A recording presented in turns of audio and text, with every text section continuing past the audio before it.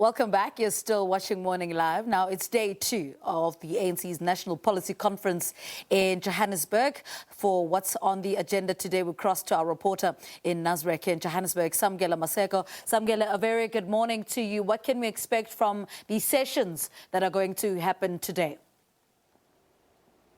In essence, what we can anticipate today from the sessions that are going to unfold is that the various delegates here, over 2,000 of them who are gathered for the ANC's policy conference, will break into commissions this morning. We do know yesterday evening they were receiving reports from the various subcommittees of the African National Congress organizational committee presented through Phoebe Potgieter. You had the presentation by Thabang Makwetla on strategy and tactics. You had Jeff Radebe speaking on the State Capture Commission and those ANC leaders whom are implicated in state capture and corruption. But I'm going to bring in a political analyst, Sandile Swana, to further unpack the issue of state capture within the governing party.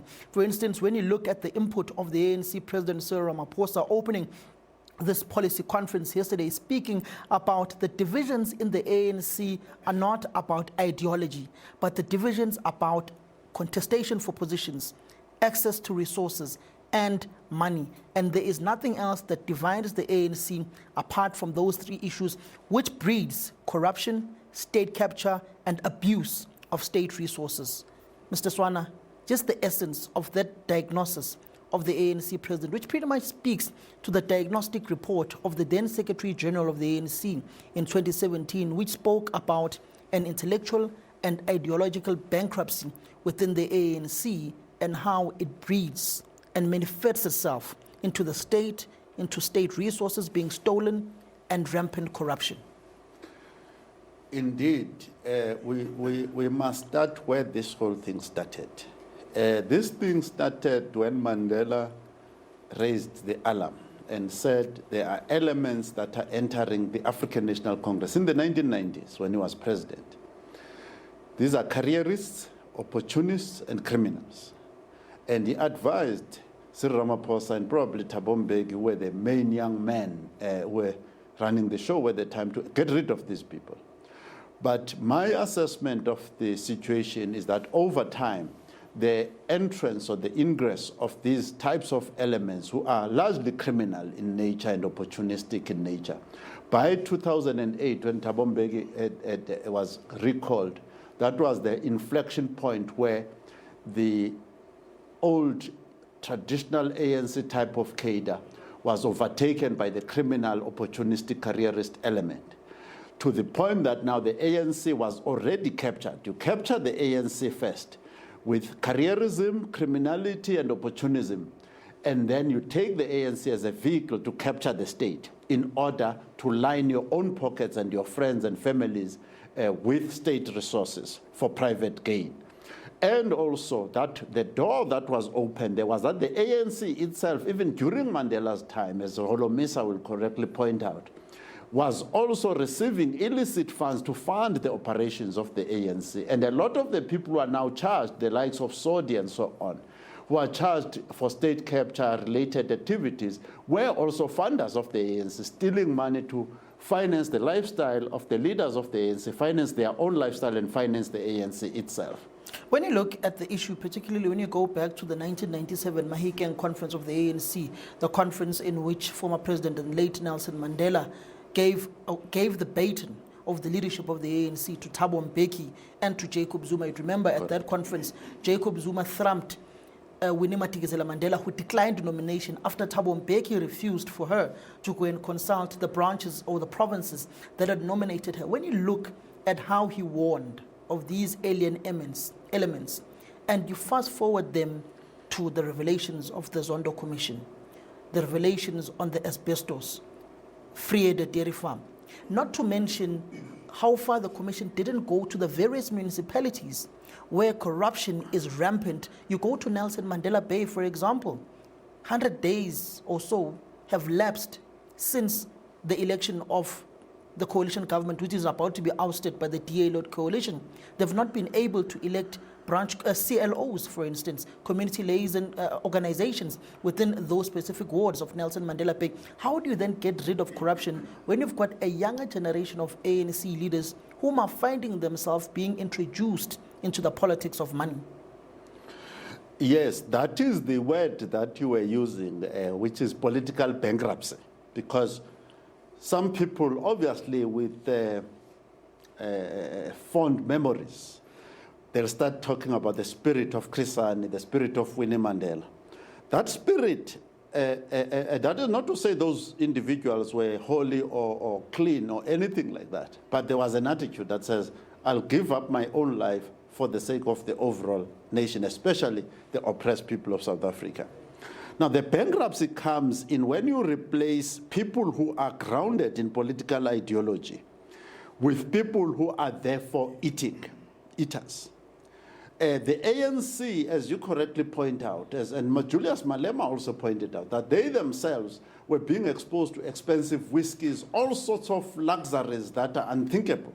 Brett Cable came in and exposed a lot of the Mbalulas and others were in the youth league at the time to Porsches and all sorts of things like that, whereby politics, pure politics that you would have experienced under Steve Biko, Nkgopotse Tiro, Tsietsi Mashinini, those young politics that were potent, were actually totally eradicated by money. So the younger politicians, and I'm happy that younger politicians are being elected in KZN and elsewhere, but the question is, are they coming with a clean heart? Are they coming with the politics that we saw in Steve Biko, Nkgopotse Tiro, Tsietsi Mashinini, or are they just looking for luxury and self-enrichment? That is the biggest problem. And that problem needs a blood transfusion. Mr. Swana, when you look at this discussion of a younger generation of leaders emerging, and particularly this policy conference, will show, particularly on the outcomes of the commissions, if indeed this younger generation has the intellectual and the ideological clarity. But I want to contest this view of a younger generation. Siboniso Duma is not young. Siboniso Duma is 46. You go to the deputy chairperson, Noma Kukusemelane, she's not young, she's in her 40s as well. You go to the secretary, Begum Tolo, he's not young, he's in his 40s, going to his 50s. The same with Dr. Ntuchuko Mahlaba, the same with Sipho Muga. They've all long passed the ANC Youth League. In fact, those people contested one another in the ANC Youth League conference of 2011 at the Durban Westville campus. You come to Gauteng, Panyaza Lesufi is 56.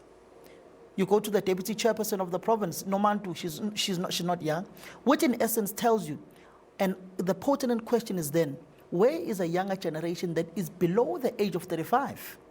To take the bait, and Cyril Ramaphosa became the SG of the ANC at 38. The youngest ANC SG was Duma Nokwe at the age of 33.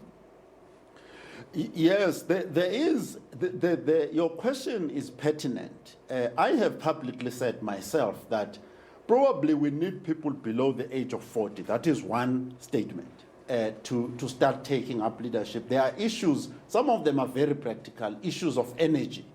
And so on and so forth. Because as time moves on, your age moves on above 40 going forward, even the energy, productive energy reduces. We know this. Now, the problem that you have is what are our younger people discussing? Because for you to become political activist and even a politician and a public servant and so on, there must be ideas in your generation that are being shared that trigger something in you to be a servant of the people. The question is what this age group that you are referring to, what are they discussing? And I am still calling now that we did not, in our time, we did not ask anybody to send us. We moved forward ourselves into those positions of responsibility. You raise your hand. Steve Biko raised his hand and others raised their hand. Tsietsi Mashinini raised their hand. So to me, we do need a younger generation. And above all, there is a need in South Africa for people who are honest and who have sound morals. There is a problem of morality all over the show. When you speak about the issue of morality, I want to take it further to the debates that are going to ensue in these commissions, particularly on energy, particularly on the economy. In these commissions, do you have any cadres or leaders of the ANC who are sound experts within the economic space, who are sound experts within the energy space, who will further take these deliberations from these commissions and portray what is practical and what is not practical? The ANC president spoke about the time for pipe dreams is over. It's now time for realities. What is doable and what is not doable? I don't know about the people who are here, but I do interact with government from time to time. And also on the economic side of things, in the broadest sense. There is a lot of lack of expertise in the government today. Whether you go to a municipality about local economic development, the basic understanding, I mean, I've been to a district where 5 leaders of the local economic development units from different municipalities, 5 of them, none of them had passed Economics 1. So you go to a lot of these places, even at provincial level, and before you can start consulting on the issue itself, you have to sort of conduct a few lectures on basic economics. Now, I wouldn't be surprised that if that type of characteristic is prevalent here, where people have not given themselves, since 1994, the time to learn in depth about energy, energy politics, energy economics, energy justice, and so on and so forth. Similarly, economic justice, and so on and so forth, even the models of economics. Most of these people, even Gauteng itself, does not have a working economic model as we speak today. In the office, they are shooting in the dark as we speak today. So I wouldn't be surprised if the conference itself right here is going to be people who are looking for something in the dark. Thank you very much, Professor Sandile Swana. We will, political analyst Sandile Swana there, we will further deliberate on these issues, particularly on the quality of the delegates that are here at the 6th Policy Conference. When you look at the diagnostic report of the then Secretary General, which spoke about intellectual and ideological bankruptcy, has that improved? Will the quality of the debates here improve, or will they be stagnant as they have been over the past 2 decades as we link to pay our bills?